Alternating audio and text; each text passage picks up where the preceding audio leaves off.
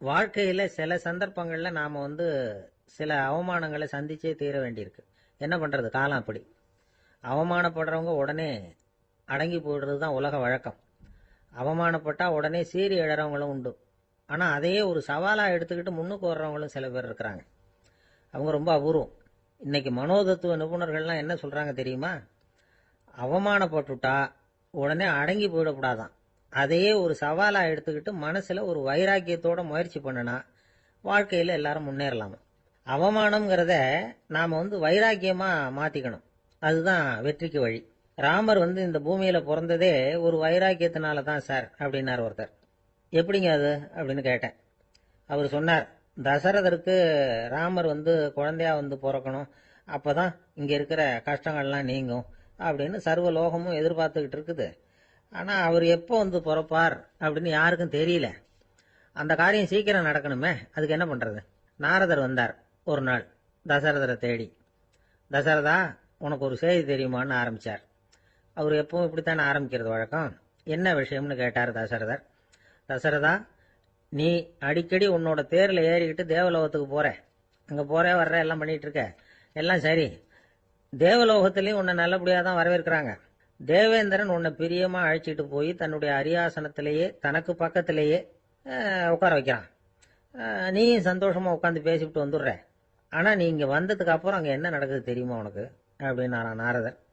என்ன நடக்குது எனக்கு ஒன்றும் தெரியலையே அப்படின்னாரான் தசரதர். நாரதர்கிட்ட கிட்டத்தில் கேட்டிருக்காரு, கொஞ்சம் சொல்லுங்க என்னது அப்படின்னு. அவர் நெருங்கி வந்தாராம் நாரதரும். மெதுவா அவர் காதோட காதா சொன்னாராம். அதாவது நம்ம பாஷையில சொல்ல போனா பத்த வைக்கிறார். நீ அங்க தேவேந்திரங்கிட்ட உட்காந்து பேசிவிட்டு வந்த பிறகு நீ அங்க உட்கார்ந்திருந்த அரியாசனத்தை தண்ணி ஊத்தி கழுவி சுத்தப்படுத்துறாங்க. நீ என்ன அந்த அளவுக்கு சுத்தம் இல்லாத ஆளா? தினம் குளிக்காமையா இருக்கிற அப்படின்னாராம். தசரதருக்கு இது ரொம்ப அவமானமா போயிடுது. அப்படியே செய்யறாங்க அப்படின்னாராம். ஆமா, நீ வேணும்னா நான் சொல்றது உண்மையா இல்லையா அப்படின்னு சோதனை பண்ணி பார்த்துக்கோ அப்படின்னாராம் நாரதர். உடனே தசரதர் இதுக்காகவே புறப்பட்டு தேவலோகம் போனார். அங்க வழக்கம் போலவே இவரை கூப்பிட்டு உட்கார வச்சு பேசிக்கிட்டு இருந்தான் தேவேந்திரன். கொஞ்ச நேரம் பேசிக்கிட்டு இருந்துட்டு சரி நான் கிளம்புறேன்னு புறப்பட்டார். சரி, அவனும் வாசல் வரைக்கும் வழி அனுப்பி வச்சுட்டு உள்ள போயிட்டான். தசரதர் வெளியில கொஞ்ச நேரம் மறைஞ்சு இருந்துட்டு மெதுவா உள்ள எட்டி பார்த்தார் என்ன நடக்குதுன்னு. நாரதர் சொன்னது உண்மைதான். தசரதர் உட்கார்ந்திருந்த ஆசனத்தை அங்க 2 தேவர்கள் கழுவி சுத்தப்படுத்திக்கிட்டு இருக்கிறாங்க. தசரதரால இதை தாங்கிக்க முடியல. அவருக்கு ரொம்ப அவமானமா போச்சு. நேரா கிடுகிடுன்னு தேவேந்திரங்கிட்டே போனார். நான் உட்கார்ந்திருந்த இருக்கையே சுத்தம் பண்றியே, நான் என்ன அந்த அளவுக்கு பாவியா அப்படின்னு கேட்டார். ரொம்ப கோபமா கேட்டார். தசரதரே, மனுஷனுக்கு 3 கடன்கள் உண்டு. தேவ கடன், ரிஷி கடன், பித்ரு கடன். இதை தீர்க்காதவன் பாவியாகிறான். இதுல மகனை பெறுவதால் தான் பித்ரு கடன் தீரும். உனக்கு மகன் கிடையாது, அதனால நீ பாவியாகிற. பாவி உட்கார்ந்திருந்த இடம்ங்கிறதுனால அதை சுத்தம் செய்ய வேண்டியது எங்க கடமை அப்படின்னு நானும் தேவேந்திரன். இந்த இடத்துல தசரதருக்கு ஏற்பட்ட அவமானம் ஒரு வைராக்கியமா மாறிச்சு. தேவேந்திரனே கேட்டுக்கோ, ஒரு மகனை பெற்ற பிறகுதான் இந்த சபையில மறுபடியும் அடி எடுத்து வைப்பேன் அப்படின்னு சொல்லிவிட்டு போயிட்டாராம். போய் புத்திர காமேஷ் யாகம் பண்ணார். புத்திரர்கள் பிறந்தார்கள். இந்த கதையில உள்ள கருத்து என்னன்னா, தேவேந்திரன் தசரதரை அப்படி அவமானப்படுத்தலைன்னா அவருக்கு இப்படி ஒரு வைராக்கியம் பிறந்திருக்குமா? யோசிச்சு பார்க்கணும். நமக்கு ஏற்படுகிற சில அவமானங்களையும் வைராக்கியமா மாத்திக்குவோம். அப்படி மாத்திக்கிட்டோம்னா வாழ்க்கையில முன்னேறலாம். நம்ம ஆளுங்க சில பேர் அவமானத்தை வைராக்கியமா மாத்திக்கிறது எப்படி தெரியுமா? நம்ம கிட்ட ஒரு பையன் சொன்னான், எங்க அப்பா என்னை எல்லாருக்கும் முன்னாடி வச்சு திட்டிவிட்டார், பொறுப்பு இல்லாம ஊர் சுத்துறேன்னு சொல்லி அவமானப்படுத்தி விட்டார். இனிமே நீ என் முகத்திலேயே முழிக்காதரா போடான்னு வேற சொல்லிவிட்டார். எனக்கு ரோஷம் வந்துட்டுது. அந்த அவமானத்தை வைராக்கியமா மாத்திக்கிட்டேன். அன்னையிலிருந்து அவர் முகத்திலேயே முழிக்கிறது இல்லை அப்படின்னா. அப்படியான்னு கேட்டோம். ஆமாங்க, அவர் வீட்டில் இல்லாத நேரமா பார்த்து உள்ள சமையல் கட்டுக்கு போய் சாப்பிட்டுட்டு நைஸா வெளியில வந்துருவேன் அப்படிங்கிறான். நாட்டுல நல்லவங்க ஒருத்தர் 2 பேர் இருக்கிறதுனால தாங்க மழையே பெய்யுது அப்படின்னு சொல்றது உண்டு. நல்லார் ஒருவர் உளரேல் அவர் பொருட்டு எல்லாருக்கும் பெய்யும் மழை. சில சமயம் ரொம்ப பேர் திடீர்னு நல்லவங்களா ஆயிடுவாங்க போல இருக்கு. அதனாலதான் விடாம பேய் மழையா கொட்டி தீர்த்துடுது. எல்லாரும் நல்லவங்களாயிட்டா உலகமே தாங்காது போல இருக்க. அப்பப்ப ஒருத்தர் 2 பேர் நல்லவங்களாகணும், அப்பதான் சீரா மழை பெய்யும். மாசத்துக்கு 3 பேர் நல்லவங்களானா மாதம் மும்மாரி பொழியும். இதெல்லாம் வேடிக்கை பேச்சு. இப்போ இதெல்லாம் ஒரு பக்கம் இருக்கட்டும். இப்போ விஷயத்துக்கு வருவோம். ஒரு கும்பல்ல நல்லவன் யாரு அப்படிங்கறத எப்படி கண்டுபிடிக்கிறது? இதுக்கு ஒரு வேடிக்கை கதை உண்டு. என்னுடைய நண்பர் ஒருத்தருக்கு அவங்க பாட்டியம்மா சொன்ன கதையா அது. அது என்ன கதைன்னா, ஒரு ஊர்ல ஒரு சமயம் பலமான மழை பெய்ய ஆரம்பிச்சுட்டுதான். இடி மின்னல் ரொம்ப கடுமையா இருந்திருக்குது. ஆரம்பிச்ச மழை வர வர கடுமையா ஆகிட்டு இருக்குதே தவிர நிக்கிற பாடா தெரியல. ஊர் ஜனங்கள்லாம் பார்த்தாங்க. இதுக்கு மேலேயும் வீட்டு உள்ள இருந்தா ஆபத்துங்கிறத புரிஞ்சுக்கிட்டாங்க. ஏன்னா வீடெல்லாம் இடிஞ்சு விழுந்துருமோங்கிற பயம். உடனே எல்லாரும் புறப்பட்டு ஊருக்கு பொதுவா இருந்த ஒரு மண்டபத்துல போய் தங்கிக்கிட்டாங்க. மின்னல் கடுமையா இருந்தது. இடி எந்த நேரத்திலையும் விழலாம்ங்கிற நிலைமை. எப்போ விழலாம்னு பார்த்துக்கிட்டு இருக்குது. அந்த மண்டபத்துல இருந்த ஜனங்கள் மனசுக்குள்ள ஒரு பயம். நம்ம கூட்டத்துல யாராவது ஒரு கெட்டவன் பாவம் பண்ணவன் இருந்தா கூட இடி இந்த மண்டபத்துல விழுந்துரும், அது எல்லாருக்கும் ஆபத்து அப்படின்னு நினைச்சாங்க. சரி, இதுக்கு என்ன பண்ணலாம் அப்படின்னு யோசனை பண்ணாங்க. அந்த கூட்டத்துல ஒரு பெரியவர் இருந்தார். அவரு ஒரு யோசனை சொன்னார். இதோ பாருங்க, அதுக்கு ஒரு வழி இருக்கு. அதோ எதிர்த்தாப்புல கொஞ்சம் தூரத்துல ஒரு உயரமா மரம் ஒண்ணு இருக்கு பாருங்க. பொதுவா இடி சுலபமா விழறது அது மாதிரி உயரமான மரத்துல தான். நம்ம கூட்டத்துல இருக்கிறவங்க எல்லாரும் ஒவ்வொருத்தரா போய் அந்த மரத்தை தொட்டு விட்டு திரும்பி வந்துடணும். நம்மள பாவம் பண்ணவன் யாரோ அவன் அந்த மரத்தை தொடுற சமயத்துல இடி விழுந்துரும், அவன் மட்டும் போயிடுவான், மண்டபத்துல இருக்கிற நாமெல்லாம் பொழைச்சிக்கலாம் அப்படின்னு ஐடியா கொடுத்தாரு அந்த பெரியவர். இது நல்ல யோசனையா பட்டது.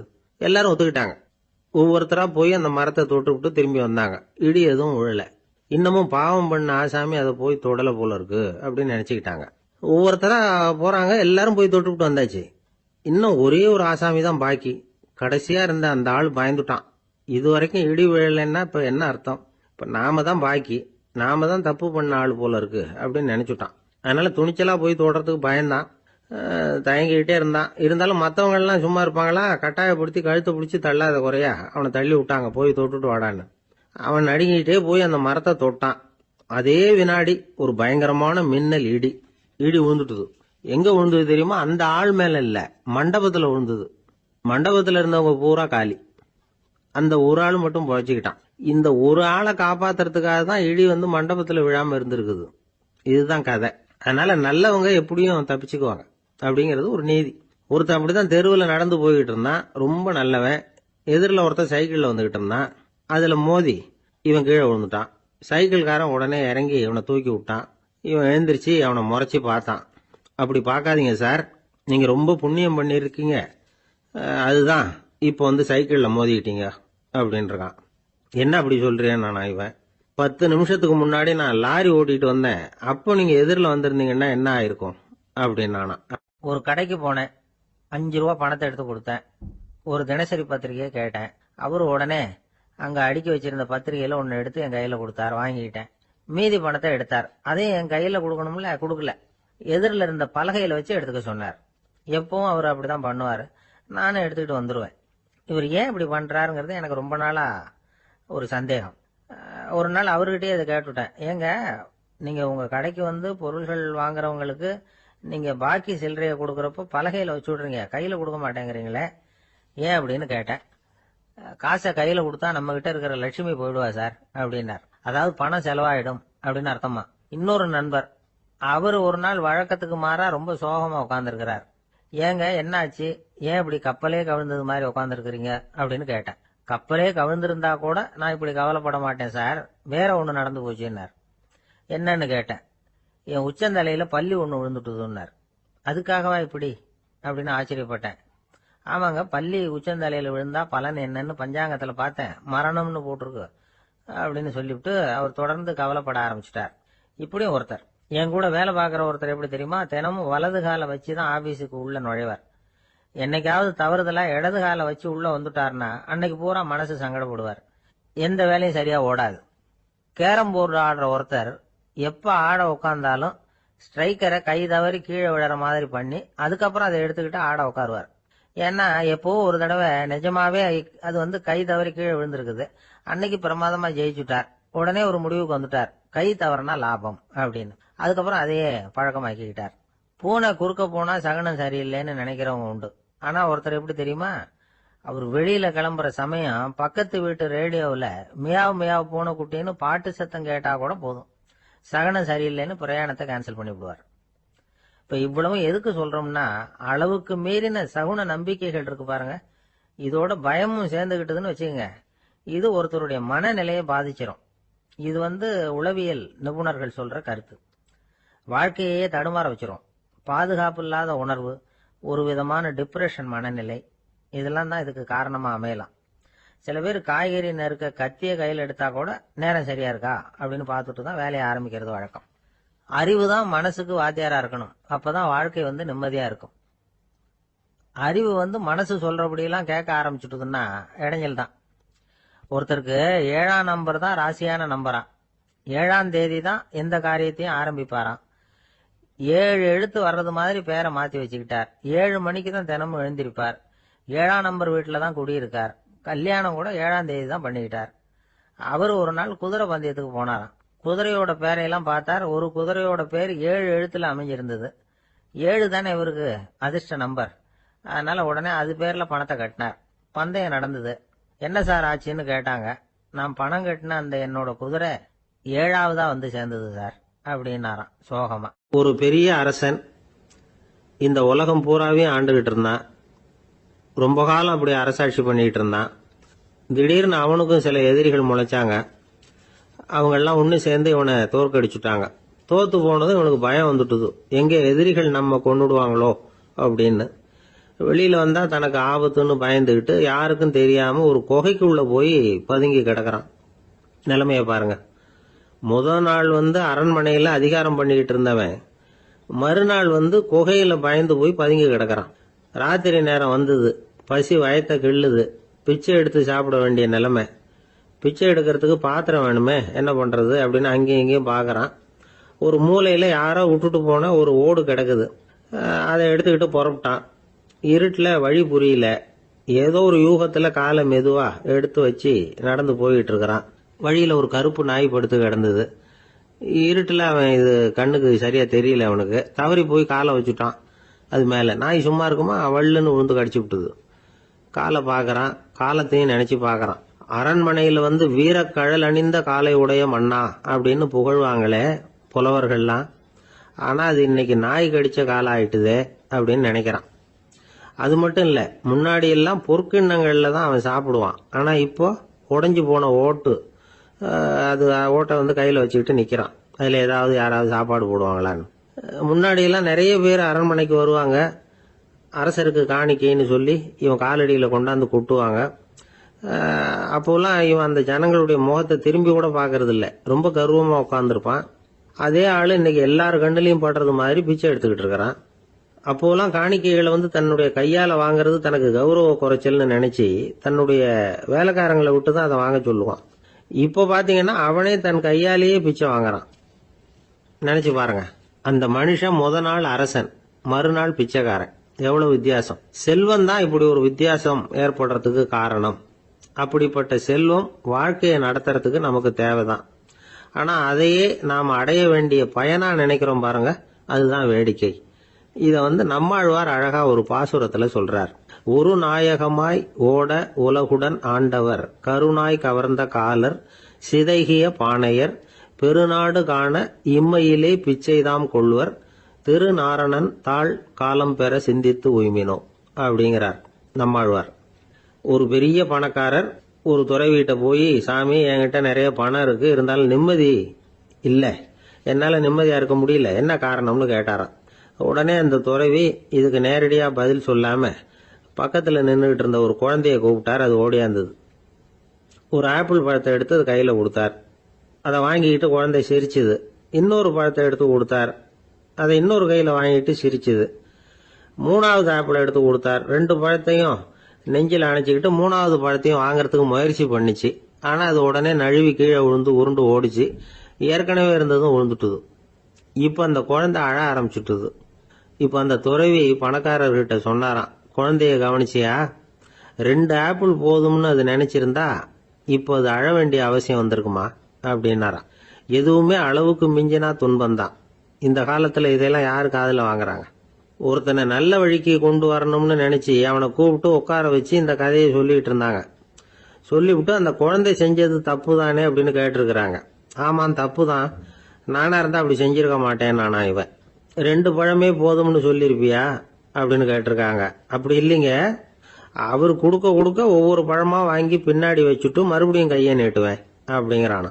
இவெல்லாம் எந்த காலத்துல திருந்துறது? ஒரு பெரிய தத்துவ சிந்தனையாளர் இருந்தார், சுவாங்சு அப்படின்னு பேரு. அவருடைய மனைவி ஒரு நாள் திடீர்னு காலமாயிட்டாங்க.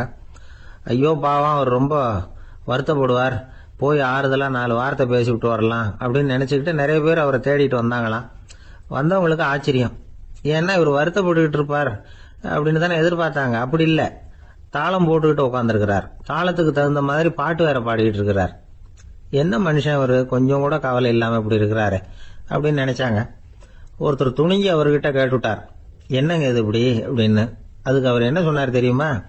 இதை பாருங்க, என்னுடைய மனைவி பிறக்கிறதுக்கு முன்னாடி அவளுக்கு உயிரும் கிடையாது, உடலும் கிடையாது. அதுக்கு பிறகுதான் உயிர் வந்தது, உடல் வந்தது, அந்த உருவம் வந்தது. இப்ப என்ன ஆச்சு? அந்த உருவமும் உயிரும் போயிட்டுது, அவ்வளவுதானே. வந்தது போயிட்டுது. இளவேனில் காலம், இலையுதிர் காலம், பனிக்காலம், இப்படி பருவங்கள் மாறி மாறி வருது இல்லையா? அது மாதிரி பிறப்பும் இறப்பும் மாறி மாறி வருது. இது இயற்கை. இதுக்காக அழுதா அது எப்படி அப்படின்னாராம். ஞான தெளிவு அடைஞ்சவங்களுக்கு எல்லாமே சுகம்தான். திருவள்ளுவரும் அதைத்தான் சொல்றார், உறங்குவது போலும் சாக்காடு, உறங்கி விழிப்பது போலும் பிறப்பு. தூங்கறதுக்கெல்லாம் நாம வருத்தப்பட்டுக்கிட்ட இருக்கிறோமா? இன்னைக்கு தூங்க வேண்டியிருக்குதே, இன்னும் கொஞ்சம் நேரத்தில் நான் தூங்க வேண்டியிருக்கு அப்படின்னு சொல்லி யாராவது அழுதுகிட்டு இருப்பாங்களா?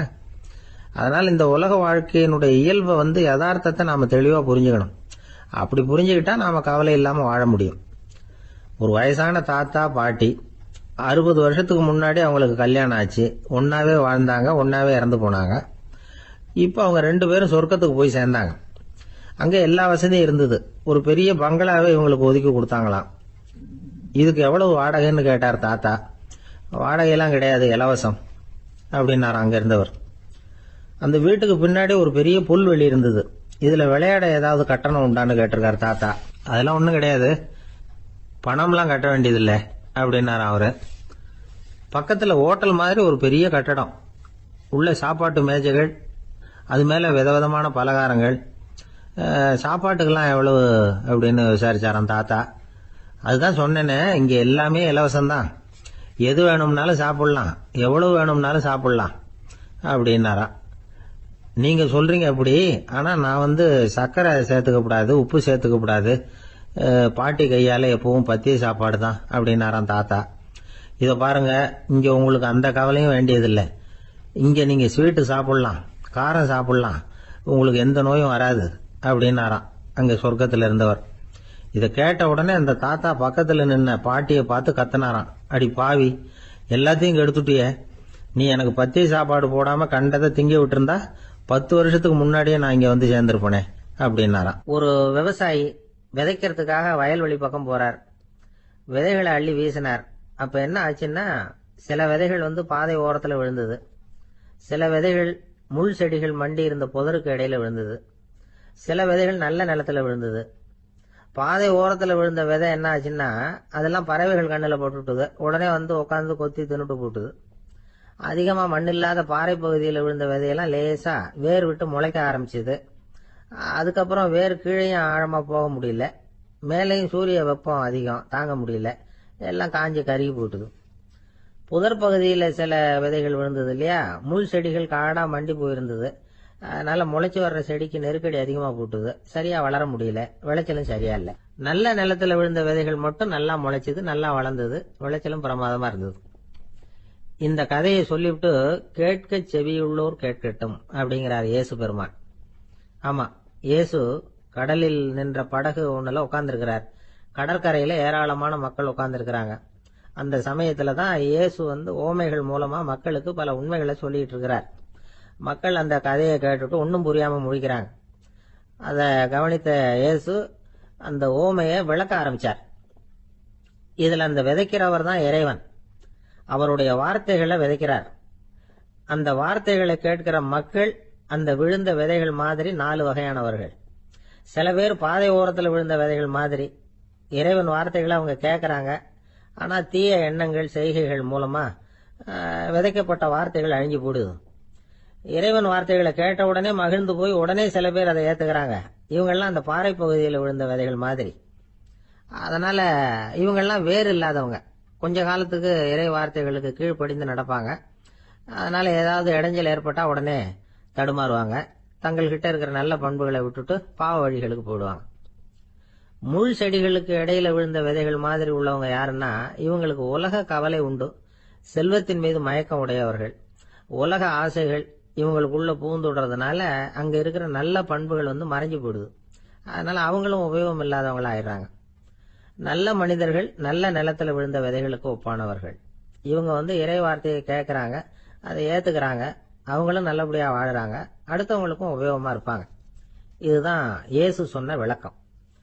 நல்ல வார்த்தைகளை கேளுங்கள், நல்ல வார்த்தைகளை ஏற்றுக்கொள்ளுங்கள், அடுத்தவங்களுக்கு உபயோகமா இருங்க.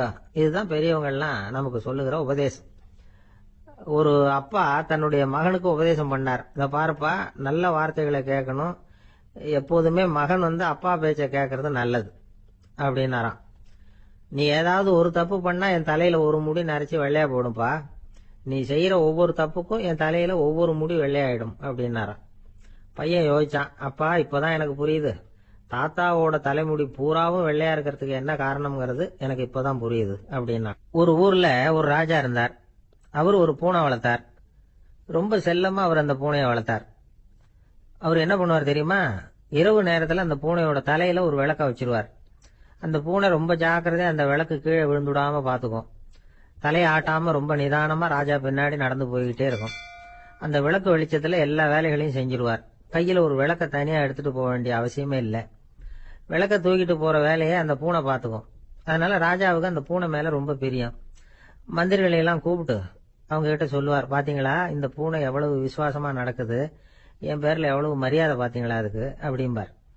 இதை கேட்டுட்டு அங்கிருந்த அமைச்சர்கள் ஒருத்தர் சொன்னார், மன்னா நீங்க சொல்றது சரிதான், இருந்தாலும் இந்த பூனையோட விசுவாசத்தை நாம கொஞ்சம் சோதிச்சு பார்க்க வேண்டியிருக்கு அப்படின்னாராம். சரி, உங்க ஆசையை ஏன் கெடுக்கணும், நல்லா சோதிச்சு பாருங்க அப்படின்னு சொல்லிவிட்டார் ராஜா. உடனே அந்த அமைச்சர் என்ன பண்ணார் தெரியுமா? எங்கேயோ புறப்பட்டு போனார். ஒரு 5-6 எலிகளை பிடிச்சிட்டு வந்தார். அரண்மனையில் ராஜா ஏதோ வேலை பார்த்துக்கிட்டு இருக்கிறாரு. பக்கத்துல அந்த பூனை ரொம்ப பணிவா நின்றுகிட்டு இருக்குது. அது தலையில விளக்கு எரிஞ்சுக்கிட்டு இருக்கு. அமைச்சர் தான் பிடிச்சிட்டு வந்த எலிகளை அந்த பூனை பார்வையில படுறது மாதிரி எதிரில் விட்டார். அந்த எலிகள்லாம் அங்கேயும் இங்கேயும் ஓட ஆரம்பிச்சுது. அதை பார்த்தது பூனை, அவ்வளவுதான். தலையில இருக்கிற விளக்க பத்தியும் கவலைப்படல, ராஜாவை பத்தியும் கவலைப்படல. ஒரே பாய்ச்சலா பாஞ்சு எலிகளை துரத்த ஆரம்பிச்சுட்டுது. தலையில இருந்த விளக்கு எங்கேயோ போய் விழுந்தது, அணைஞ்சு போச்சு. இருட்டுல ராஜா தடுமாற ஆரம்பிச்சுட்டார். இந்த சமயத்துல அந்த அமைச்சர் மறுபடியும் விளக்க ஏத்தினார், வெளிச்சம் வந்தது. அதுக்கப்புறம் அந்த அமைச்சர் பேசினார், அரசே பூனையோட விசுவாசத்தை பாத்தீங்களா? எலி அது கண்ணுல படுற வரைக்கும் தான் விசுவாசமா இருந்தது. அது மாதிரி எலிய பார்த்ததும் எல்லாத்தையும் விட்டுட்டு அதை துரத்த ஆரம்பிச்சுட்டு பாத்தீங்களா? தான் அந்த பூனையை பத்தி நினைச்சது தப்புங்கிறது அதுக்கப்புறம் தான் அந்த ராஜாவுக்கு புரிஞ்சுதான். சரி, இப்ப எதுக்கு இந்த கதையெல்லாம் அப்படிங்கிறீங்களா? இந்த பூனை மாதிரி தான் நம்ம மனசும். மனசை எவ்வளவுதான் பயிற்சி கொடுத்து பக்குவமா வச்சிருந்தாலும் பாக்குறதுக்கு பரமசாது மாதிரி தான் இருக்கும். பார்க்க வேண்டியதை பார்த்துட்டுதுன்னா பாஞ்சிரும். இந்த பூனை மாதிரி புலன் இன்ப பொருள்கள் கிட்டாத வரைக்கும் மனம் அடங்கி இருக்கிறது மாதிரி தான் தெரியும். கொஞ்சம் வாய்ப்பு கிடைச்சாலும் அது குதிக்க ஆரம்பிச்சிரும், தப்பு பண்ண ஆரம்பிச்சிரும். பெரிய பெரிய முனிவர்கள் வாழ்க்கையில நடந்த வீழ்ச்சி இதை தான் நிரூபிக்குது. புலன்களின் ஆற்றல் அதிகம், அதனால மனக்கட்டுப்பாடு பயிற்சிகள்ல ரொம்ப எச்சரிக்கையா இருக்கணுங்கிறார் சுவாமி சிவானந்தர். மது பழக்கத்தையே விட்டுட்டேன்னு உறுதியா இருப்பான். கடை கண்ணுல பட்டுட்டுதுன்னா கால் அவனை கேட்காமலே இழுத்துட்டு உள்ள போயிடும். இதுதான் மனசுங்கிறது. அதுதான் அந்த ராஜா வளர்த்த பூனை.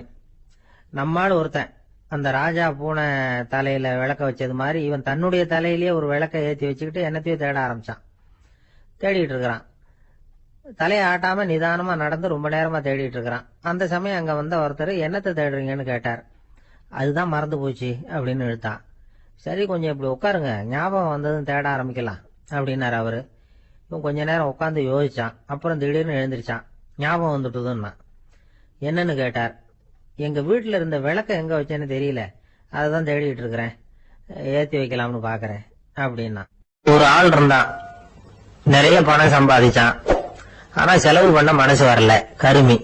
அவன் என்ன பண்ணா, சேர்த்த பணம் பூராவையும் ஒரு மரத்தடியில புதைச்சு வச்சிருந்தான்.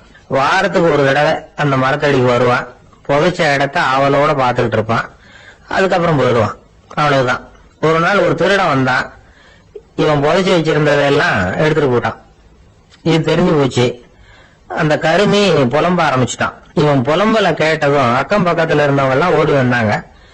என்ன விஷயம்னு விசாரிச்சாங்க. இவன் சொன்னான். ஒரு பெரியவர் கேட்டார், ஏப்பா வார வாரம் வந்து இந்த இடத்த பாக்குறதாக சொன்னியே, எப்பவாவது இதுல இருக்கிற பணத்தை எடுத்து செலவு பண்ணிருக்கியா அப்படின்னு கேட்டார். நான் அப்பப்போ வந்து அதை பாக்குறதுதான் வழக்கம், அதை தொட்டதே இல்லைன்னு அவன். சரி அப்படின்னா இப்பவும் நீ அதே மாதிரி வார வாரம் ஒரு தடவை வந்து இந்த இடத்த பாத்துட்டு போகலாமே அப்படின்னாராம் அந்த பெரியவர். அதுவும் சரிதானே, எவ்வளவு காலமானாலும் அவன் அந்த பணத்தை எடுத்து செலவு பண்ண போறதில்ல. அப்படி இருக்கிறப்ப உள்ள பணம் இருந்தாலும் ஒண்ணுதான், இல்லாம போனாலும் ஒண்ணுதான். இதுல இருந்து என்ன புரியுதுன்னா, ஒருத்தர் கிட்ட இருக்கிற பணத்தை கொண்டு அவரு பணக்காரரா ஏழையா அப்படின்னு முடிவு செய்யறது சரியில்லை. அந்த செல்வத்தை அனுபவிக்கிற திறன், பயன்படுத்துற திறன், அதை வச்சுதான் அவர் ஏழையா பணக்காரரா அப்படிங்கறத நிர்ணயம் பண்ணணும். அதுதான் சரி.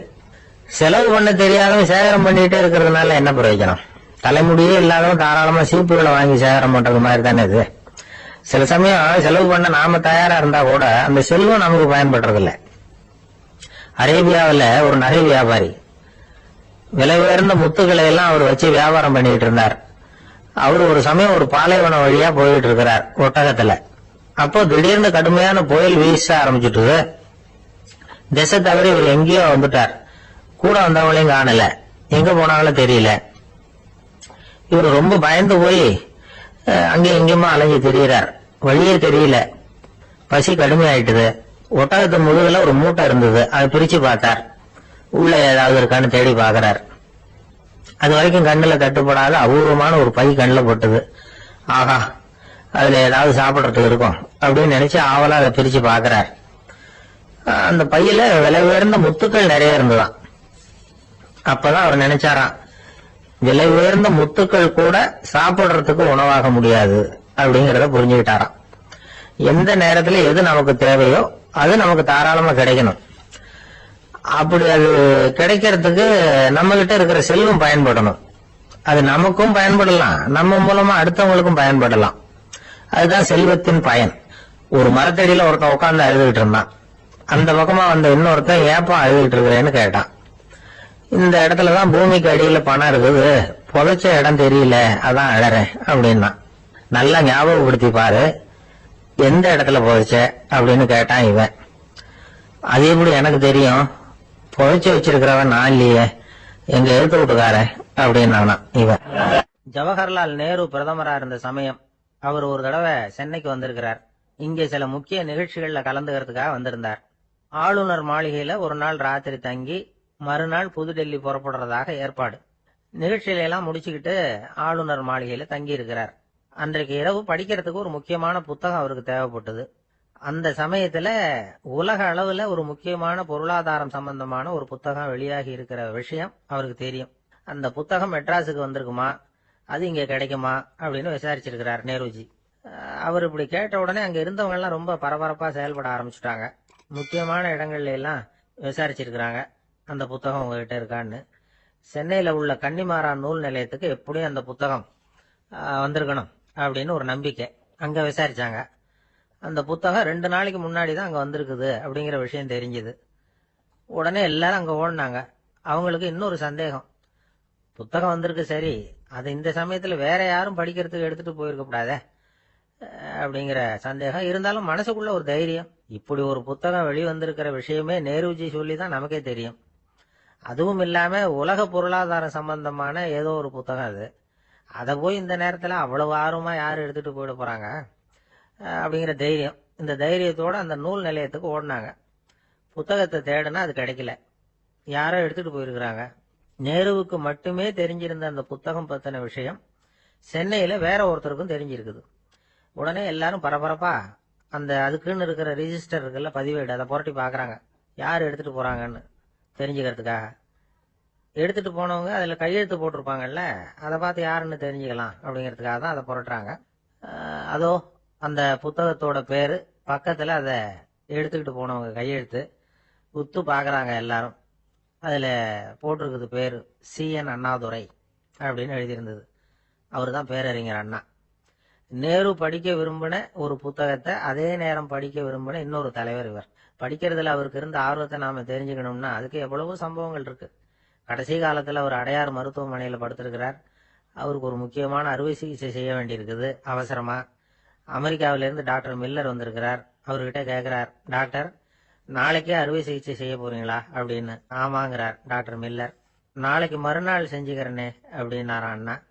ஏன் ஏதாவது நாள் பாக்குறீங்களான்னு கேட்டிருக்கார். இல்ல, ஒரு புத்தகத்தை படிச்சுக்கிட்டு இருக்கிறேன், அதை நாளைக்குள்ள முடிச்சிருவேன், அதுக்கப்புறம் நான் இறந்தாலும் கவலை இல்லை அப்படின்னாரா இவர். அவர் தான் அறிஞர் அண்ணா. சங்ககால நூல்கள்ல இருந்து சமீபத்துல வந்த நூல்கள் வரைக்கும் எல்லாம் அவர் படிச்சிருக்கிறார். ஒரு திருமண விழாவில் அவர் பேசும்பொழுது சொன்ன விஷயம் இது. சங்க காலத்துல காதலியை மணக்க விரும்புகிறவனுக்கு அவனுடைய தந்தை வீர சோதனைகள்லாம் வைப்பாரு. போய் புலிப்பல்லு கொண்டுகிட்டு வா, அப்போதான் என் பொண்ணை கொடுப்பேன் அப்படின்னு சொல்லுவார். காதலன் உடனே காட்டுக்கு போவான், ஒரு புலியை கொன்று அதனுடைய பல்ல கொண்டுகிட்டு வருவான். அதை வீர பதக்கத்துல பதிச்சு அவனுக்கு மாமனார் சூட்டுவார் கல்யாண சமயத்துல.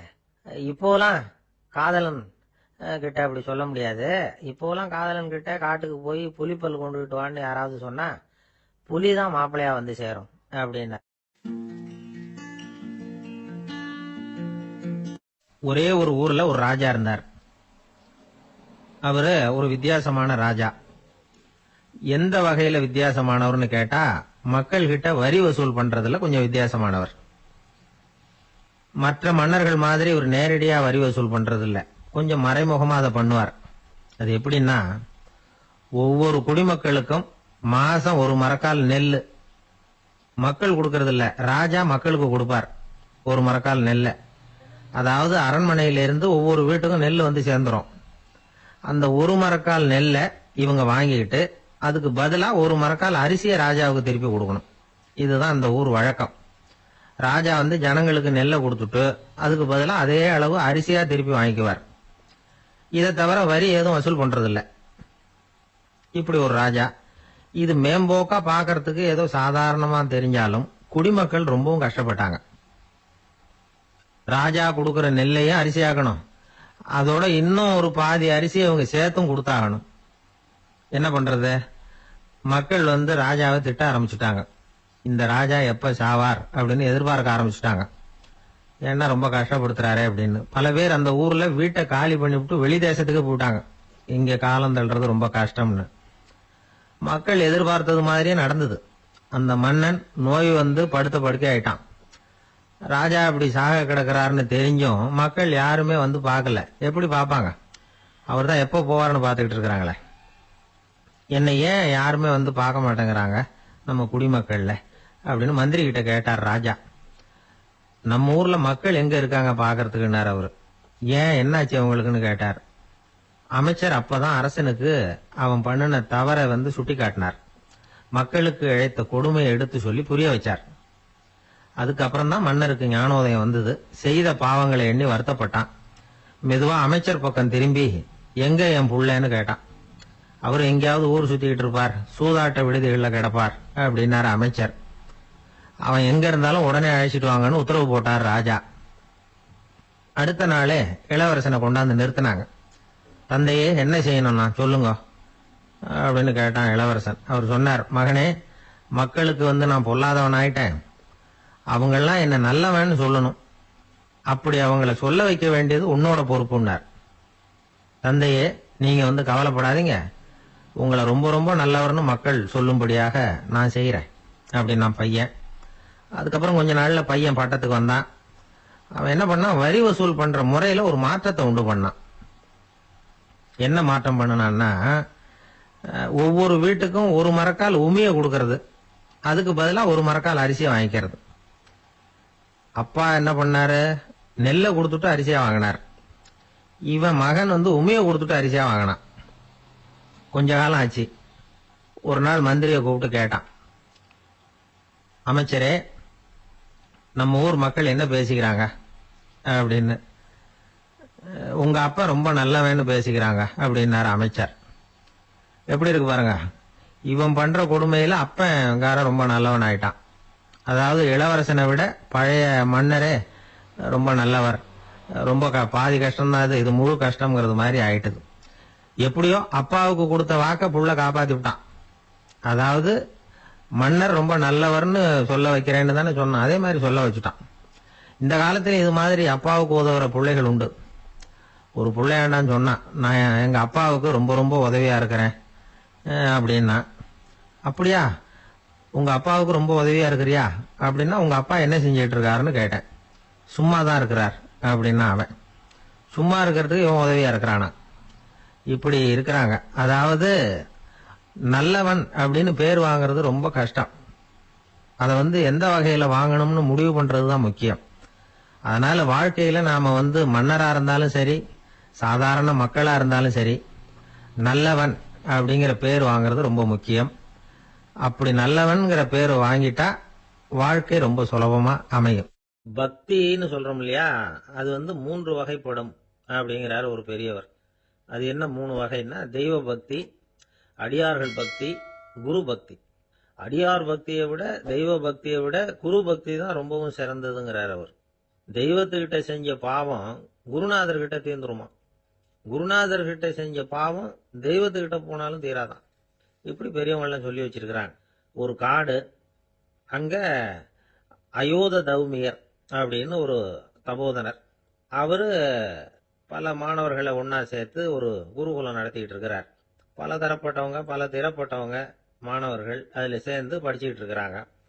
பாஞ்சால ராஜகுமாரன் ஒருத்தனும் அந்த குருகுலத்துல சேர்ந்து படிச்சுக்கிட்டு இருக்கிறான். அவன் பேரு ஆருணி.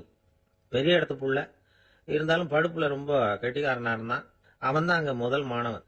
ஒரு நாள் குருநாதர் அந்த அரசகுமாரனை கூப்பிட்டார். நம்ம குருகுலத்துக்கு சொந்தமான வயல்ல தண்ணீர் பெருகி வெள்ளம் பயிரை அழிக்குதான். அதனால நீ போய் மடையை அடைச்சிட்டு வந்துரு அப்படின்னார். அந்த அரசகுமாரன் உடனே புறப்பட்டான். குருநாதர் சொல்லிட்டார்ல, உடனே புறப்பட்டான். நான் பெரிய இடத்து பிள்ளையாச்சே, ராஜகுமாரனாச்சே, ரொம்ப செல்வாக்கூட வளர்ந்தவனாச்சே, நான் போய் வயல்ல இறங்கி வேலை செய்யறதா அப்படின்னுலாம் அவன் நினைக்கல. குருநாதர் கட்டளையை நிறைவேற்ற வேண்டியது நம்ம கடமை அப்படின்னு நினைச்சான். உடனே ஒரு மண்வெட்டியை தூக்கி தோல்ல வச்சுக்கிட்டு புறப்பட்டு போயிட்டான். வயலுக்கு போனான். பார்த்தான், தண்ணி கரையை உடைச்சிக்கிட்டு வயலுக்குள்ள ஏகமா பாஞ்சிக்கிட்டு இருக்குது. இவன் மண்வெட்டியால களிமண்ணை புல்லோட சேர்த்து புல் பத்த மாதிரி வெட்டி வெட்டி போட்டான். இருந்தாலும் மடையை அடைக்க முடியல. தண்ணி அதை மீறி வந்துகிட்டே இருக்கு. தண்ணி வேகமா வயலுக்குள்ள போய்கிட்டே இருக்குது. போடுற பத்தையெல்லாம் கரைஞ்சி கரைஞ்சி போயிட்டு இருக்கு. இருந்தாலும் இவன் தன்னுடைய முயற்சியை கைவிடல. வெட்டி வெட்டி போட்டுக்கிட்டே இருக்கிறான். காலையில அங்க போனவன் சாயந்தரம் வரைக்கும் இப்படி செஞ்சுக்கிட்டு இருக்கிறான். உடம்பும் மனசும் ரொம்பவும் சோர்ந்து போச்சு. இருந்தாலும் குருநாதர் கிட்ட கட்டளையை நிறைவேற்றாம இருக்கிறோமேங்கிற ஒரு குறை அவனுக்கு இருக்கு.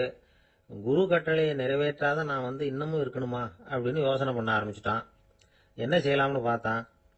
நம்ம குருநாதர் கிட்ட பணிக்காக இந்த உடம்பையே தியாகம் பண்ணலாம் அப்படின்னு முடிவு பண்ணான். தண்ணி பாயுதுல, அதுக்கு குறுக்க விழுந்து அப்படியே மடையை அடைச்சிக்கிட்டு அப்படியே படுத்துட்டான். இது மற்றவங்களுக்கு தெரியாது. அன்னைக்கு ராத்திரி ஒரு விளக்கு முன்னாடி உட்காந்து குருநாதர் பிள்ளைங்களுக்கு பாடம் சொல்லி கொடுத்துட்டு இருக்கிறார். வரிசையில் இருக்கக்கூடிய ராஜகுமாரனை காணல. நம்ம ஆருணி எங்க போனா அப்படின்னு சொல்லி மற்ற மாணவர்களை விசாரிச்சார். இப்போ அவங்க சொன்னாங்க, சுவாமி, அவன் காலையில வயலுக்கு மடையை அடைக்கிறதுக்காக போனான், நீங்க தான் போக சொன்னீங்க, இன்னும் திரும்பி வரல அப்படின்னு அவர் பையன். குருநாதர் உடனே ஒரு தீவெட்டி எடுத்துக்கிட்டு மாணவர்களை அழைச்சிக்கிட்டு வயலுக்கு போனார். அங்க போய் பார்த்தா ஆளை காணும்.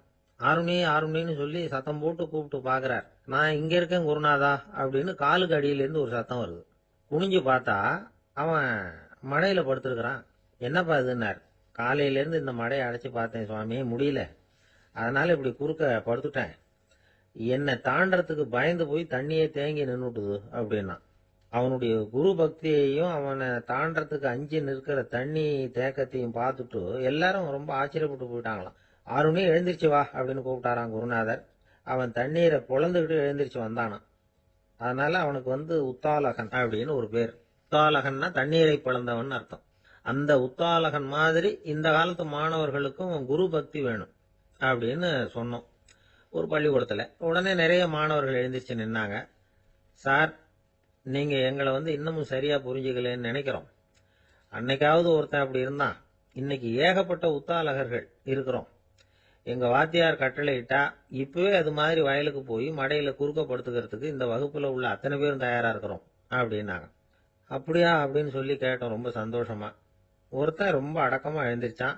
அப்புறம் சொன்னான், ஆமா சார், வகுப்புல இவர் நடத்துற பாடத்தை கேட்டுக்கிட்டு இருக்கிறத விட பேசாம போய் மடையில படுத்துடுறது ஒன்றும் கஷ்டமான காரியமா இருக்காது, அதனாலதான் எல்லாரும் அங்க போறேன்னு சொல்றோம் அப்படிங்கிறான். இந்த உலகத்துல நாம நல்லபடியா இருக்கணும்னா அதுக்கு முக்கியமா தேவைப்படுறது ரெண்டு. ஒன்னு செல்வம், இன்னொன்னு அறிவு. சரி, இது ரெண்டுல சிறந்தது எது அப்படின்னு ஒரு கேள்வி கேட்டா என்ன பதில் சொல்றது? இதே கேள்விய ஹசரத் அலி அவர்கள் கிட்ட கேட்டாங்களாம். அவர் ஒரு பெரிய அறிஞர். கேள்வி கேட்டவங்களும் சாதாரண ஆட்கள் இல்லை, இவங்களும் அறிஞர்கள். ஒரு நாள் ஹசரத் அலி அவர்கள்கிட்ட 10 அறிஞர்கள் வந்தாங்களாம். ஐயா, நாங்க 10 பேரும் உங்ககிட்ட ஒரே கேள்வியை தான் கேட்க வந்திருக்கிறோம். ஆனா எங்க 10 பேருக்கும் நீங்க தனித்தனியா பதில் சொல்ல முடியுமா அப்படின்னு கேட்டிருக்காங்க. அதாவது அவங்க ஒரே கேள்விக்கு இவர்கிட்ட இருந்து 10 விதமான பதில் எதிர்பார்க்கறாங்க. சரி கேளுங்க, என்ன கேள்வி அப்படின்னாரு அவர். அப்பதான் அவங்க கேட்டாங்களாம், செல்வம் அறிவு இது ரெண்டுல சிறந்தது எது? இதுதான் கேள்வி. ஹசரத் அலி என்ன பண்ணார் தெரியுமா? அவங்கள ஒவ்வொருத்தரா கூப்பிட்டார். ஒவ்வொரு விதமான பதில சொல்லி அனுப்புனார். முதல்ல ஒருத்தரை கூப்பிட்டார், சொன்னார், அறிவுங்கிறது தீர்க்கதரிசிகள், ஞானிகள், மகான்கள் இவங்களோட பரம்பரை சொத்து. ஆனா செல்வம்ங்கிறது கொடுங்கோலரின் ஆயுதம். அதனால அறிவுதான் சிறந்தது அப்படின்னார். 2வது ஆளை கூப்பிட்டார். உங்ககிட்ட செல்வம் இருந்தா நீங்க தான் அதை காப்பாற்றணும். ஆனா அறிவு உங்களை எப்பவும் காப்பாற்றும். ஆகவே அறிவுதான் சிறந்தது அப்படின்னார். 3வது ஆளை கூப்பிட்டார். செல்வந்தனுக்கு எப்போதும் விரோதிகள் அதிகம், ஆனா அறிஞனுக்கு நண்பர்கள் அதிகம். அதனால அறிவுதான் சிறந்ததுன்னார். அடுத்தவரை கூப்பிட்டார். செல்வம் அடுத்தவங்களுக்கு கொடுக்க கொடுக்க குறையும், ஆனா கல்விங்கிறது அதிகரிச்சுக்கிட்டே வரும், கொடுக்கறதுனால குறையாது. அதனால அறிவுதான் சிறந்ததுன்னார். இன்னொருத்தரை கூப்பிட்டார். அறிவு உள்ளவன் எப்பவும் அதை அடுத்தவங்களுக்கு வாரி வழங்கிக்கிட்டே இருப்பான். அதனால அவங்ககிட்ட தாராளத்தன்மை இருக்கும். ஆனா செல்வந்தன் கிட்ட கஞ்சத்தனம் தான் இருக்கும். அதனால அறிவுதான் சிறந்ததுன்னார். 6வது நபரை கூப்பிட்டார். செல்வத்தை கள்வர்கள் திருடிட்டு போக முடியும், ஆனா அறிவை அப்படி திருடிட்டு போக முடியாது அப்படின்னார். 7வது நபரை கூப்பிட்டார். செல்வம் கால ஓட்டத்துல அழிஞ்சிரும், ஆனா அறிவை கால ஓட்டம் ஒன்றும் பண்ண முடியாது. ஆகவே அறிவே சிறந்ததுன்னார். 8வது ஆளை கூப்பிட்டு சொன்னார், செல்வத்துக்கு எப்பவும் எல்லை உண்டு, நிறை உண்டு, அளவு உண்டு, கணக்கு உண்டு. ஆனா அறிவுக்கு அப்படிப்பட்ட எல்லை எதுவும் கிடையாது. அதனால அதுதான் சிறந்ததுன்னார். அடுத்தவனை கூப்பிட்டார். செல்வம் உள்ளத்துல உள்ள ஒளியை போக்கிவிடும், இருட்டை உண்டாக்கிவிடும், விரிந்த மனப்பான்மையை குறுகலாக்கிவிடும். ஆனா அறிவு அப்படி இல்லை, இருண்ட உள்ளத்துல ஒளியை பாய்ச்சி அதை விசாலப்படுத்துது. அதுதான் சிறந்ததுன்னார். கடைசியா 10வது நபரை கூப்பிட்டார். செல்வம் மனசுல செருக்கை உண்டாக்குது, ஆணவத்தை ஏற்படுத்துது. அதனால நானே கடவுள்னு நினைக்கிற அளவுக்கு மனுஷனை தாழ்த்தி விடுது. ஆனா அறிவு பணிவையும் பண்பாட்டையும் வளர்க்குது. அதனால அறிவு தான் சிறந்ததுன்னார். ஆக இப்படி 10 பேருக்கும் 10 விதமா பதில் சொன்னது மூலமா ஹசரத் அலி அவர்கள் அறிவுதான் செல்வத்தை விட சிறந்தது அப்படிங்கறதுக்கு 10 காரணங்களை சுட்டி காட்டியிருக்கார். அந்த அறிஞர் 10 பேர் கேட்ட ஒரே கேள்விக்கு 10 பதில் சொன்னார். நமக்கு வேண்டிய ஒருத்தர் 10 பேர் கேட்ட கேள்விக்கு ஒரே பதில் சொல்லி சமாளிச்சார். கேள்வி என்ன தெரியுமா? என்கிட்ட வாங்கின கடனை எப்பயா திருப்பி கொடுக்க போற? இதுதான் அந்த 10 பேரும் கேட்ட ஒரே கேள்வி. இந்த மாசம் 26ஆம் தேதி தந்துடுறேன் அப்படிங்கிற ஒரே பதில் சொல்லி அவ்வளவு பேரையும் இவர் அனுப்பி வச்சுட்டாராம். எல்லாரும் போனதுக்கு அப்புறம் இவரை தனியா கூப்பிட்டு கேட்டிருக்காங்க. அது என்ன சார் கணக்கு, 26ஆம் தேதி அன்னைக்கு என்ன அதிசயம் நடக்க போகுது அப்படின்னு கேட்டிருக்காங்க. அதிசயம் அன்னைக்கு இல்ல, அதுக்கு முத நாளே நடக்க போகுதுன்னாராம். விவரமா சொல்லுங்கன்னு இருக்காங்க. வேற ஒண்ணும் இல்லைங்க, 26ஆம் தேதி தானே எல்லாரையும் வர சொல்லி இருக்கிறேன், அதுக்கு முத நாளே நான் புறப்பட்டு தலைமறைவாயிட போறேன் அப்படின்னாராம் ரொம்ப பெருமையா.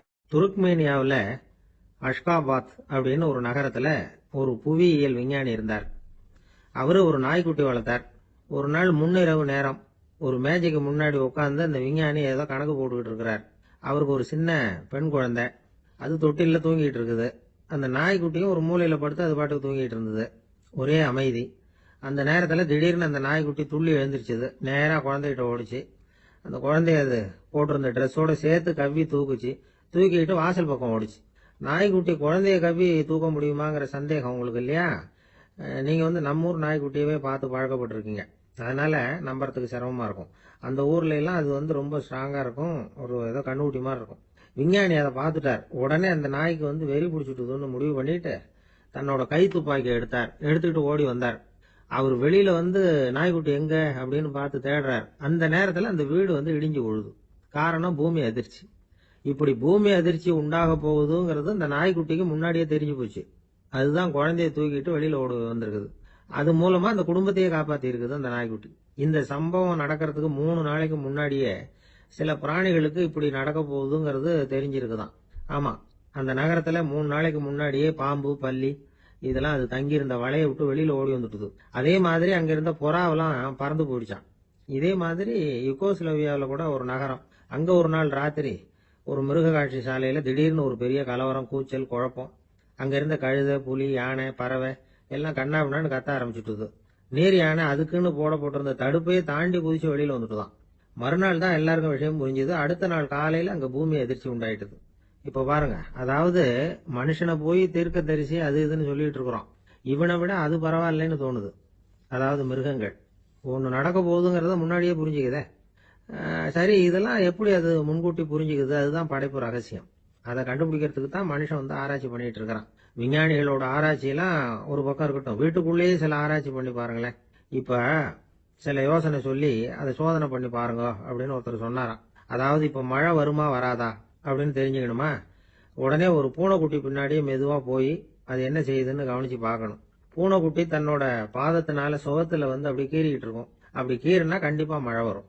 சில சமயம் பூனைக்குட்டி அப்படியே மல்லாந்து படுத்துக்கிட்டு பாதத்தை உயர தூக்கும், அப்படியும் புரளும்.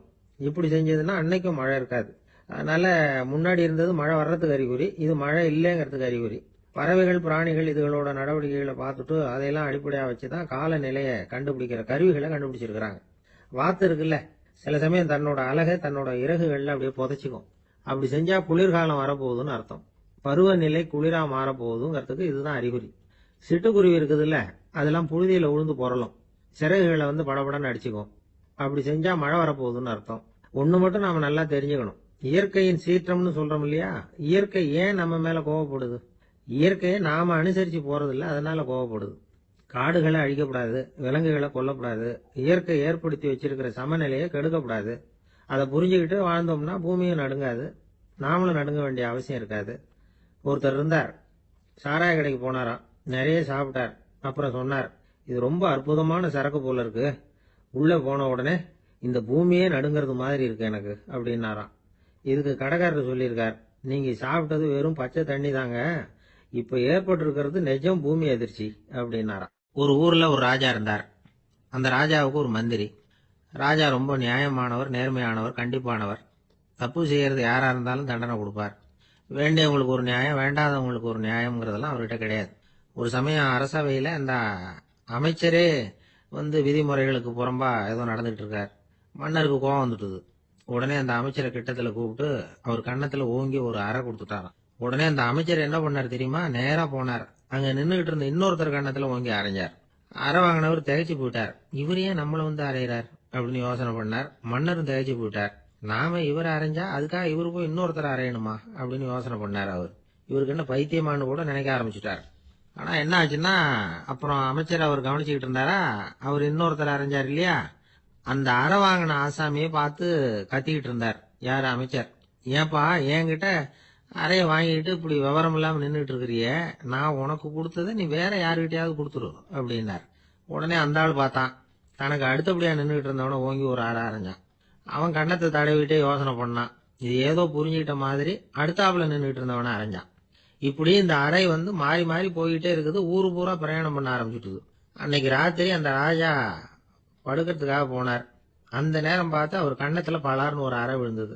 நம்மளே அறையிறது யாரு அப்படின்னு அதிர்ச்சியோட மன்னர் திரும்பி பாக்குறாரு. அரைஞ்சது அவரோட மனைவி.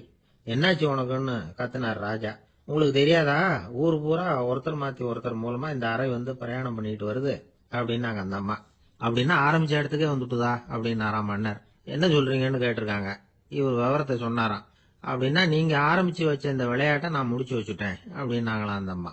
மறுநாள் காலை மறுபடியும் அரசவை கூடிச்சு. அந்த அமைச்சர் மன்னரை பார்த்து கேட்டார், என்ன மகாராஜா, என்கிட்ட கொடுத்ததை திருப்பி வாங்கிட்டீங்களா அப்படின்னாராம்.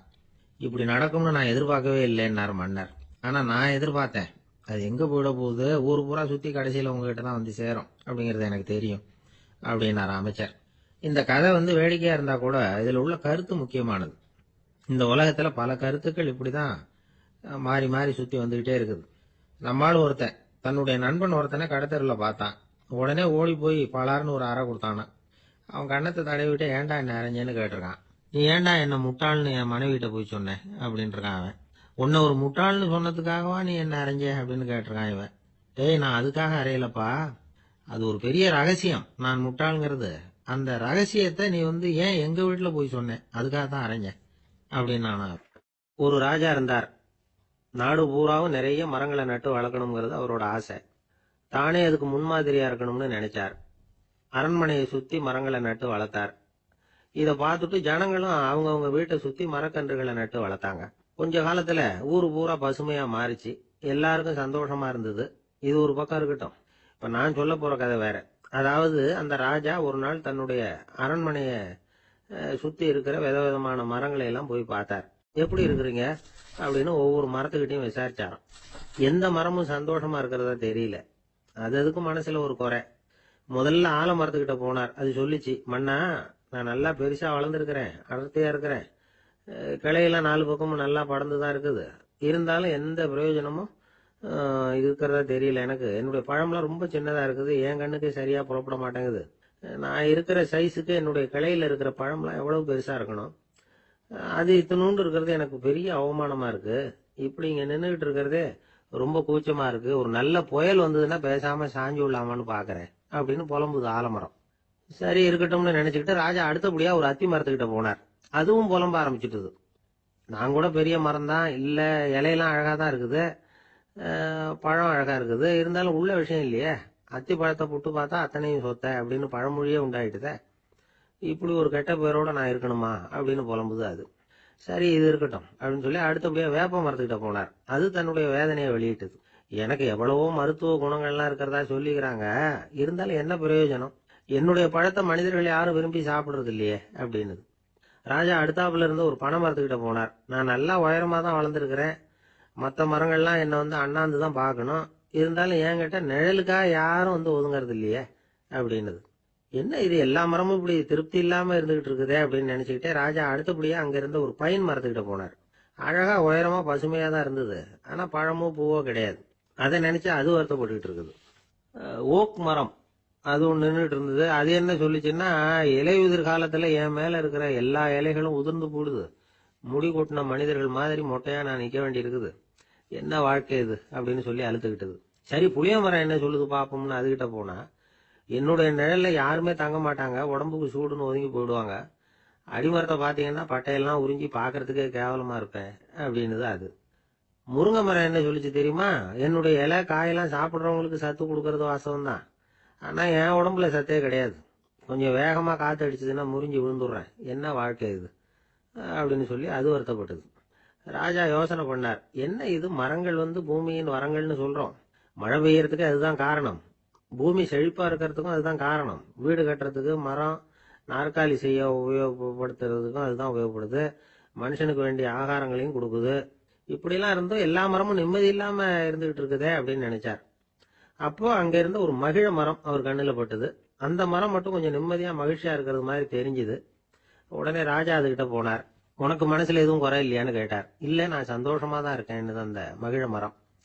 அப்படியான்னு ஆச்சரியமா கேட்டார் ராஜா. ஆமா மன்னா, இந்த இடத்துல நீங்க ஒரு முருங்கை மரத்தையோ வேப்ப மரத்தையோ கூட நட்டிருக்கலாம், ஆனா இந்த இடத்துல நடுறதுக்கு என்ன தேர்ந்தெடுத்திருக்கிறீங்க, அதுவே எனக்கு பெருமை, அதுவே எனக்கு திருப்தி அப்படின்னு தான் மகிழ மரம்.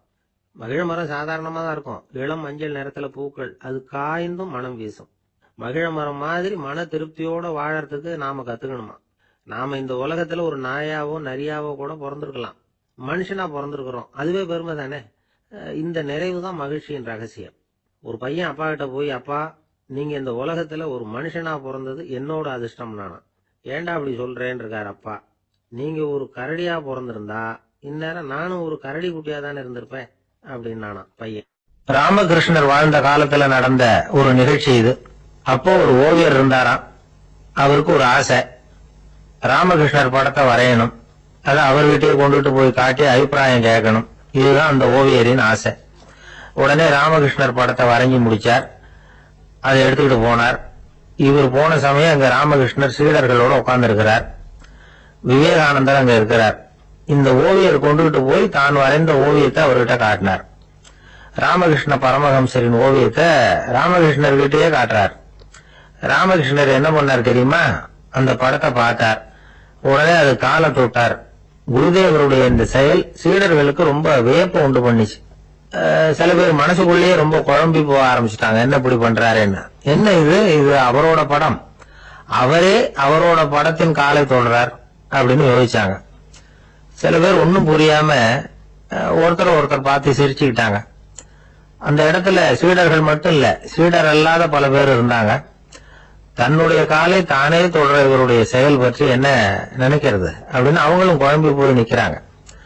அந்த படத்தை வரைஞ்சி அவர்கிட்ட காட்டின அந்த ஓவியருக்கும் அதிர்ச்சி. இருந்தாலும் அவர் சீடர் கிடையாது. அதனால கொஞ்சம் துணிச்சலை வர வச்சுக்கிட்டு கேட்டார், என்னங்க இது, என்னால என்னுடைய கண்களையே நம்ப முடியல.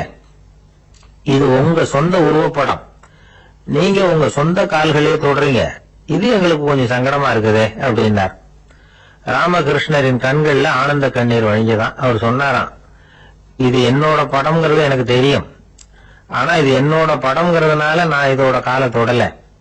நீ என்னுடைய சமாதி நிலைய இந்த படத்துல படம் பிடிச்சு காட்டியிருக்கிற, அதனால அதோட காலை தொடறேன். சமாதி நிலையில யார் இருந்தாலும், அது என்னுடைய படமா இருந்தாலும் சரி அல்லது வேற யாருடைய படமா இருந்தாலும் சரி, படம் யாருதுங்கிறது முக்கியம் இல்ல.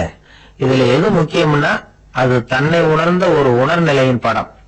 அப்படி இருக்கிறப்போ அதோட காலை நான் தொடணும். அதுக்கு நீங்க எல்லாரும் ஏன் சங்கடப்படுறீங்கன்னு எனக்கு தெரியல அப்படின்னாராம். இப்பதான் அங்க இருந்த சீடர்களுக்கும் மற்றவங்களுக்கும் விவரம் புரிஞ்சுதான். இதுக்கு முன்னாடி யாரும் செய்யாததை இவர் செஞ்சிருக்கிறார், ஆனா அவருடைய காரணம் ரொம்ப நியாயமானது அப்படிங்கறத உணர்ந்தாங்களாம். இதுவரைக்கும் ஆன்மீகத்துல சமாதி நிலை, அதாவது தன்னை உணர்ந்த நிலை பற்றி புரிஞ்சுக்கிட்டோம். இல்லறத்துல ஏற்படக்கூடிய சமாதி நிலை பற்றி உங்களுக்கு தெரியுமா? ஒரு அம்மா டாக்டர் கிட்ட வந்து சொன்னாங்களாம், டாக்டர், என் வீட்டுக்காரருக்கு உடம்புல ஏதோ கோளாறுன்னு நினைக்கிறேன், நான் எவ்வளவு நேரம் பேசினாலும் காதல விழாத மாதிரி உட்கார்ந்து இருக்கிறார் அப்படின்னாங்களாம். அதுக்கு அந்த டாக்டர் சொன்னாராம், அம்மா அது உடம்பு கோளாறு இல்ல, அது ஒரு பெரிய திறமை அப்படின்னாராம். தேசத்து மேலையும் தாய்மொழி பேர்லயும் செலுத்துற அன்புக்கு அபிமானம்னு பேர், தேசாபிமானம்னு சொல்றமே இதுதான். ஒரு கணவன் மனைவி பேர்ல காட்டுற அன்புக்கு காதல்னு பேரு, கடவுள் பேர்ல செலுத்துற அன்புக்கு பக்தின்னு பேரு. இப்படி அன்புல பல ரகம் இருக்கிறப்போ அதுல உள்ள வித்தியாசம் தெரியாம இடம் மாத்தி அன்பு காட்டினா இடைஞ்சல் தான். சரி, இந்த அன்பை பத்தி விஞ்ஞானம் என்ன சொல்லுது தெரியுமா? இதயத்தை பாதுகாக்கிறதுக்கு முக்கியமா தேவைப்படுற ஒண்ணு இந்த அன்புதான்னு சொல்லுது. நெதர்லாந்து விஞ்ஞானிகள் இதை ஆராய்ச்சி பண்ணியே கண்டுபிடிச்சிருக்கிறாங்க. கொஞ்சம் முயல் குட்டிகளை 2 குரூப்பா பிரிச்சாங்க. 2 குரூப்புக்கும் கொழுப்பு அதிகமா உள்ள ஆகாரத்தையே கொடுத்துட்டு வந்தாங்க.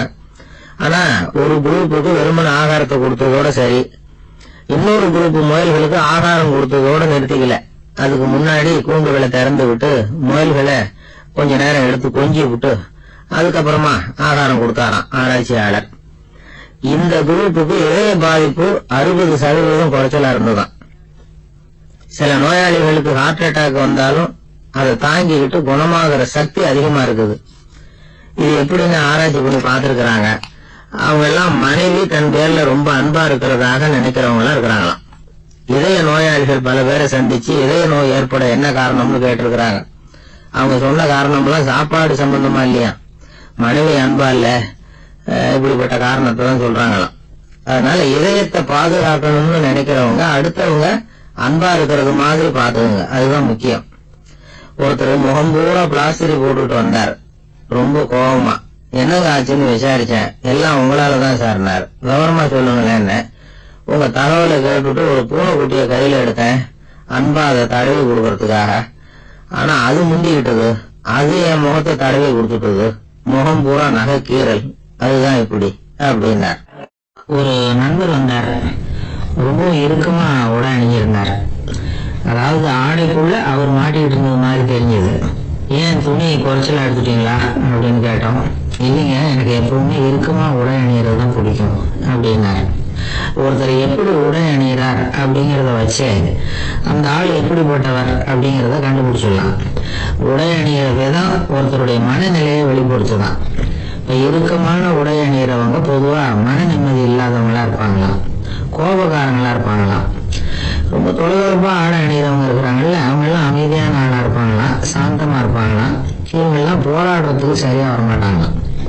இப்படி ஒரு கணிப்பு இருக்குது. அதனாலதான் போர் வீரர்களுக்கு எல்லாம் இறுக்கமான உடையை தான் கொடுக்கறது வழக்கம். ஆனா சன்னியாசிகளை பாருங்க, அவங்களுக்கு எல்லாம் ரொம்ப தொலை உடைகள் தான். அவங்க எல்லாம் டைட் பேண்ட் போட்டுட்டு நிக்க மாட்டாங்க சன்னியாசிகள்லாம். அதே மாதிரி சன்னியாசிகள்லாம் காவி உடைய தேர்ந்தெடுக்கிறதுக்கும் காரணம் உண்டு. பல ஆண்டுகள் சோதனை செஞ்சு பார்த்துட்டு தான் சன்னியாசத்துக்கு காவி தான் சரி அப்படின்னு முடிவு பண்ணியிருக்கிறாங்க. இப்போ பௌதீக விஞ்ஞானப்படியும் அதுதான் சரி. அதாவது சூரிய ஒளியில 7 வண்ணங்கள் உண்டு. ஒரு பொருள் மேல அது விழும்போது அந்த பொருள் நமக்கு சிவப்பா தெரிஞ்சதுன்னா அந்த பொருள் சிவப்பை தவிர மற்ற எல்லா நிற கதிர்களையும் உள்வாங்கிக்கிட்டு சிவப்பு நிறத்தை மட்டும் வெளியில விடுது. அதாவது விலக்கி விடுது. அதனாலதான் அந்த பொருள் சிவப்பா தெரியுது. உடல் ஆரோக்கியத்துக்கு ஓரளவு சிவப்பு தேவைப்படுது. அதனாலதான் காவி உடை அணிஞ்சா சூரிய ஒளி ஓரளவு சிவப்பு விலகி போகும். அதாவது சிவப்பின் பலனும் கிடைக்கும், இந்த சிவப்பின் கெடுதலும் இல்லை அப்படின்னு யோசனை பண்ணாங்க. காவி உதய வேளையின் நிறம். கீழ் வானத்துல கதிர் உதிக்கிற வேளையில முதல் ஒளி தோன்றுகிற நேரத்துல காவி நிறம் தான் கசி. தியானம் செய்யறப்ப முதல்ல காணக்கூடிய ஒளி காவி நிறம் தான். தியானத்தின் உச்ச நிலையின் நிறம் நீலம்.